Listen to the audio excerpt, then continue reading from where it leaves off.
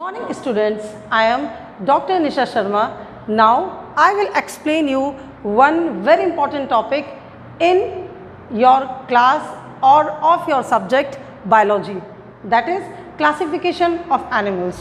बच्चों, आपकी क्लास में एक सबसे इम्पॉर्टेंट टॉपिक आता है classification of animals. Classification of animals का मतलब बच्चों यदि और डिटेल में देखा जाए तो इसका मतलब ये कि हमारी ज़िंदगी कैसे शुरू हुई, ये एनिमल्स जो हैं आपके, इनका ओरिजिनेशन कैसे हुआ, इस टॉपिक में हम आपको यही बताएंगे।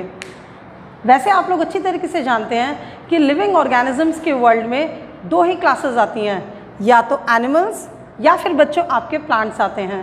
प्लांट्स का जिक्र हम आपसे नेक्स्ट क्लास में करेंगे। इस क्लास में हम आपको एनिमल्स के बारे में बताएंगे। तो अब हम स्टार्ट करते हैं। बच्चों, as we all know that हम लोग सेल से मिलके बनते हैं। बच्चों, जिस तरीके से ब्रिक और ब्रिक जुड़ के आपकी पूरी वॉल बन जाती है, उसी तरीके से हमारी बॉडी भी जिन यूनिट की बनती है उनको सेल कहते हैं। आप छोटी क्लासेस से ही सेल्स के बारे में पढ़ते हुए आते हैं। सेल्स और सेल्स कंबाइन करते हैं और कंबाइन करके हमारी एक बॉडी बन जाती है। लेकिन सेल और सेल जब बच्चों हमारे जुड़ते हैं तो उसके बाद आपका जो ऑर्गेनाइजेशन होता है वो आपका टिश्यू होता है। मतलब सेल और सेल आपके कंबाइन हुए और कंबाइन होके उन्होंने टिश्यू लेवल बना दिया। यदि हम इन शॉर्ट बच्चों देखें तो आप ये समझ सकते हैं कि जब हमारी इस दुनिया में लाइफ की ओरिजिनेशन हुई थी तो सबसे पहले सेल आए। सेल आप यहाँ देख सकते हैं, सबसे पहले सेल आए। सेल से आपके बच्चों टिश्यू बने, वो ग्रेड ऑर्गेनाइजेशन वहाँ है। टिश्यू से बच्चों आपके ऑर्गन्स बने, ऑर्गन और ऑर्गन मिलके बच्चों आपके ऑर्गेनिज्म बने, और ऑर्गेनिज्म से मिलके आपका बायोस्फीयर या फिर सोसाइटी बन जाती है। तो ज़िंदगी की फिर शुरुआत बच्चों सेल से होती है। अब हम ये देखेंगे, जब सेल से शुरुआत हुई, हमारी प्री यूनिट सेल था, तो सेल में कौन से ऑर्गेनिजम्स आते हैं बच्चों? यहाँ देखिए, सेलुलर ऑर्गेनाइजेशन में बच्चों आपके दो प्रकार के एनिमल्स ज़्यादातर आते हैं, जिन्हें प्रोटोजुआ और पॉरीफेरा कहा जाता है। प्रोटोजुआ होते हैं, इनको प्रिमिटिव और जुआ का मतलब बच्चों एनिमल्स होता है। वो एनिमल्स जो सबसे पहले इस दुनिया में आए वो प्रोटोजुआ थे। ये सिंगल सेल थे। हम अपनी बॉडी में जितने फंक्शंस परफॉर्म करते हैं मल्टी सेलुलर होके, वो एक छोटा सा सेल अपने में फंक्शन परफॉर्म करता है। इसका बेस्ट एग्जाम्पल होता है बच्चों आपका ब्लू ग्रीन एल्गी। ये हम आज भी देख सकते हैं। आपके घर के पास नाली है या फिर कहीं कोई भी आपकी ह्यूमिड जगह है तो वहाँ ये एल्गीज आसानी से बच्चों मिल जाती हैं। सेल के हम आगे बढ़ते हैं बच्चों तो पॉरीफेरा आते हैं। इनका ग्रेड ऑफ ऑर्गेनाइजेशन भी सेलुलर होता है, लेकिन ये बस बच्चों थोड़ी सी एक स्टेप आगे होता है। पॉरी का मतलब होता है बच्चों आपके पोर्स। इनके बॉडी में बच्चों पोर्स होते हैं, ये छेद रखते हैं अपनी पूरी बॉडी में, और इन पोर्स के थ्रू ही ये अपना फूड लेते हैं और आपका फूड वापस बाहर को वेस्ट जो होता है उसको निकाल देते हैं। Protozoa Porifera. नेक्स्ट आता है बच्चों, यदि हम इस ऑर्गेनाइजेशन से आगे बढ़ते हैं तो अब आता है बच्चों सेल के बाद में आपका टिश्यू लेवल। सेलुलर लेवल मैंने आपको समझा दिया। नेक्स्ट आता है बच्चों आपका टिश्यू लेवल। वहाँ हमने आपको बताया है जब बच्चों सेल और सेल आपके कंबाइन होते हैं तब बच्चों आपका टिश्यू ग्रेड आ जाता है।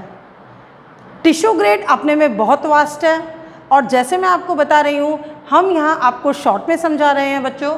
तो टिश्यू लेवल में जनरली दो क्लासेस आती हैं आपकी, जिनमें नोटोकॉर्ड होते हैं या फिर नहीं होती है, और जिनमें नोटोकॉर्ड आपके प्रेजेंट होती है।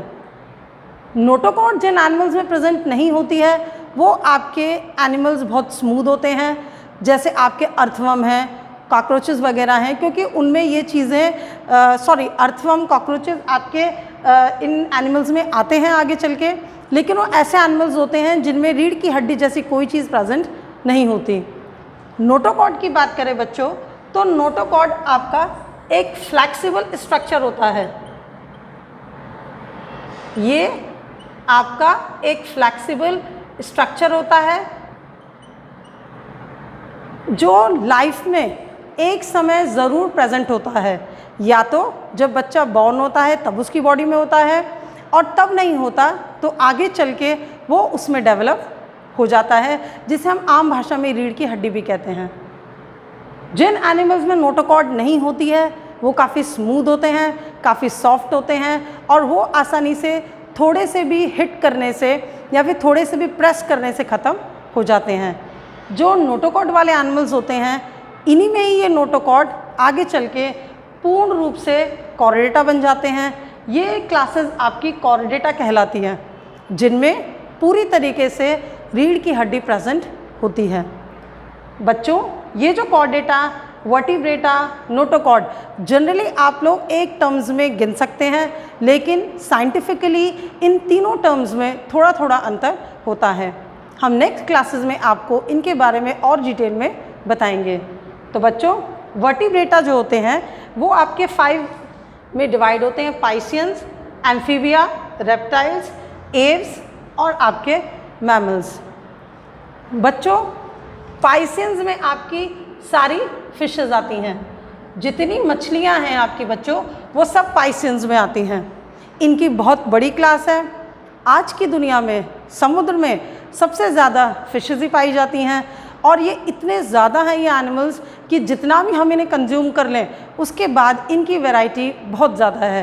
ये पाइसियंस होते हैं, इनमें स्केल्स पाए जाते हैं, इनमें भी नोटोकॉर्ड प्रेजेंट होती है, और इनमें सांस लेने के लिए गिल्स होते हैं। ये पाइसियन का कैरेक्टर होता है। नेक्स्ट आता है बच्चों एम्फीबिया। एम्फी का मतलब होता है बोथ, और बिया का मतलब होता है बायोन। ये जिस टर्म से निकला है इसका मतलब होता है लाइफ। वो ऑर्गेनिजम्स जो दोनों तरफ लाइफ अपनी चलाते हैं। जब इनको ज़मीन पे सूटेबल लगता है तो ये लैंड पे सर्वाइव करते हैं, जब इन्हें समुद्र में या फिर पानी में जाना होता है तो ये वाटर में शिफ्ट कर जाते हैं। इसका एक सबसे बेस्ट एग्जाम्पल बच्चों फ्रॉग आता है। मैंने आपको भी बताया था कि जितनी फिशेस होती हैं उनमें रेस्पायरेशन के लिए गिल्स होते हैं। बच्चों, उसी तरीके से ये जो एम्फीबियाज हैं जिनमें फ्रॉग आते हैं, इनमें दोनों ऑर्गेनिज्म, इनमें दोनों बॉडी पार्ट्स होते हैं। इनमें लंग्स भी होते हैं, इनमें गिल्स भी होते हैं। ये ज़मीन पे तो लंग से सांस लेते हैं हमारी तरह से, और पानी में जाने के बाद में ये अपने गिल्स से सांस लेते हैं। इनमें भी नोटोकॉर्ड प्रेजेंट होती है। नेक्स्ट आते हैं बच्चों आपके रेप्टाइल्स। रेप्टाइल्स में बच्चों आपके सारे रेंगने वाले जानवर आते हैं। सॉरी, जनरली बच्चों इसमें आपके रेंगने वाले जानवर आते हैं।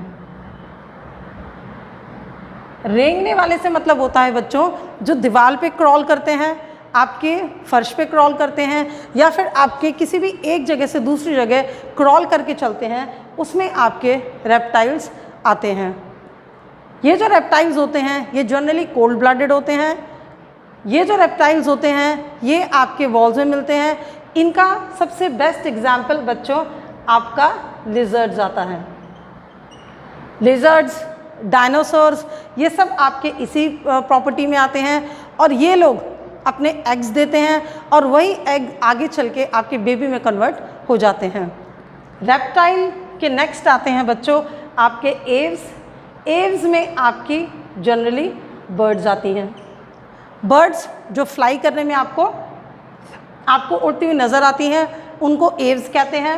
इनकी जनरली बच्चों न्यूमैटिक बोन्स होती हैं। न्यूमैटिक का मतलब होता है इनकी हड्डियाँ हॉलो होती हैं। हॉलो हड्डियाँ, इनकी बोन्स अंदर से हॉलो होती हैं। ये आसानी से फ्लाई करते हैं। इनमें सिर्फ एक ओवरी पाई जाती है, इसलिए एव्स क्लास में सारी बर्ड्स आती हैं। कुछ बर्ड्स ऐसी होती हैं जो बर्ड्स के कैरेक्टर्स लेती हैं लेकिन वो फ्लाई नहीं करती हैं। उनमें आपके जो बर्ड्स आते हैं वो फ्लाइटलेस बर्ड्स होते हैं। उनका एक एग्जाम्पल बच्चों ऑस्ट्रिच होता है। नेक्स्ट और the last class in the notochord is mammals. Last में मैमल्स आते हैं। इसका सबसे बेस्ट एग्जाम्पल हम लोग होते हैं। वो मैमल्स होते हैं, हम लोग मैमल्स की क्लास में आते हैं। इस दुनिया में सबसे ज़्यादा जो लिविंग वर्ल्ड है या फिर लिविंग स्ट्रेटा है वो आपका मैमल्स का होता है। मैमल्स के बच्चों 3 इम्पॉर्टेंट कैरेक्टर्स होते हैं। पहला तो इनकी बॉडी पे हेयर्स होते हैं, जैसे कि हमारी बॉडी पे कैट, डॉग और जनरली सभी एनिमल्स की बॉडी पे हेयर्स होते हैं। दूसरा, इनका एक्सटर्नल ईयर होता है जिसको पिन्ना कहते हैं। आप इसको देख सकते हैं, ये हमारा एग्जाम्पल एक्सटर्नल ईयर का होता है। और थर्ड आते हैं आपके मेमोरी ग्लैंड्स। मेमोरी ग्लैंड्स का मतलब होता है बच्चों, ये अपने बेबीज़ को खुद फीड करते हैं। ये जितने मैमल्स में क्लास में एनिमल्स आते हैं सब अपने बच्चों को फीड करते हैं, including us. Dog, cat, lion, leopards जितने भी हैं सब मैमल्स में आते हैं, सब अपने बच्चों को फीड करते हैं। तो बच्चों मैमल्स की इम्पॉर्टेंट क्लास है और ये तीनों उसको कैरेक्टरिस्टिक फीचर्स हैं। बच्चों यहाँ तक ख़त्म हुआ। प्लांट्स का क्लासिफिकेशन वो आपको नेक्स्ट क्लास में बताएंगे। Thank you.